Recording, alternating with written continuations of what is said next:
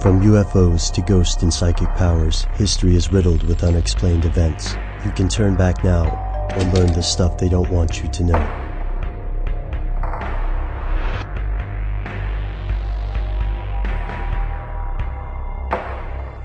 Here are the facts. In China it's called Qi, and in India it's known as prana. In the West we call it the soul. But what exactly is it? To the religious, it's a spark of divinity that connects us to the universe. To the skeptics, it's a series of chemical interactions within the brain. Billions of people believe in spiritual energy, but there's no scientific proof of its existence. Finding the soul is a tricky proposition. Modern science has disproven many historical notions of this energy, but the search continues. History is filled with stories of charlatans and believers alike claiming to have discovered it. Consider the notorious experiments of Dr. Duncan McDougall in 1907, when he claimed that the soul weighed an average of 21 grams. This experiment was deeply flawed, but failure hasn't stopped us yet. In fact, some people think the search for the soul ended decades ago with a man named Wilhelm Reich.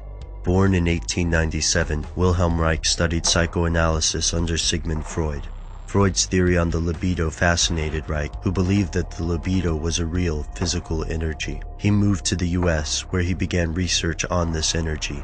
He called it orgone. According to Reich, this energy permeated the universe, and orgone imbalances could create health problems. Reich claimed orgone treatment could combat cancer. His ideas eventually caught the government's attention.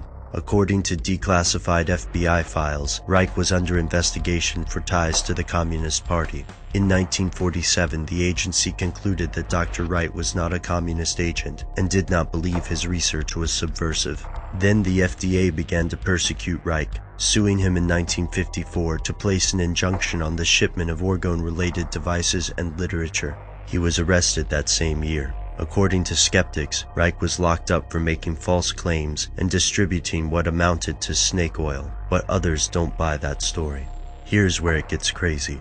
While mainstream historians believe the feds prosecuted Reich for alleged communist ties, his supporters paint a different picture. These theorists say Reich was singled out because his orgone accumulators worked. He did not request payment when treating people, and he held demonstrations to prove the effectiveness of the technology, chiefly focusing on the orgone chamber.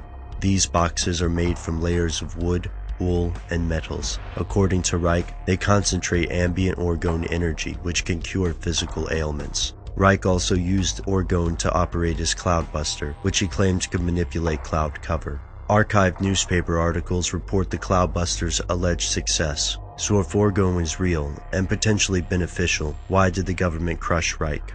Most theorists believe factions in the government and the medical industry repressed Reich's work because it threatened the status quo. Other theorists believe President Eisenhower enlisted Reich in a covert war against extraterrestrials and that the arrangement soured. Both of these groups are short on proof and resort to rumors, but the FDA's actions are suspicious.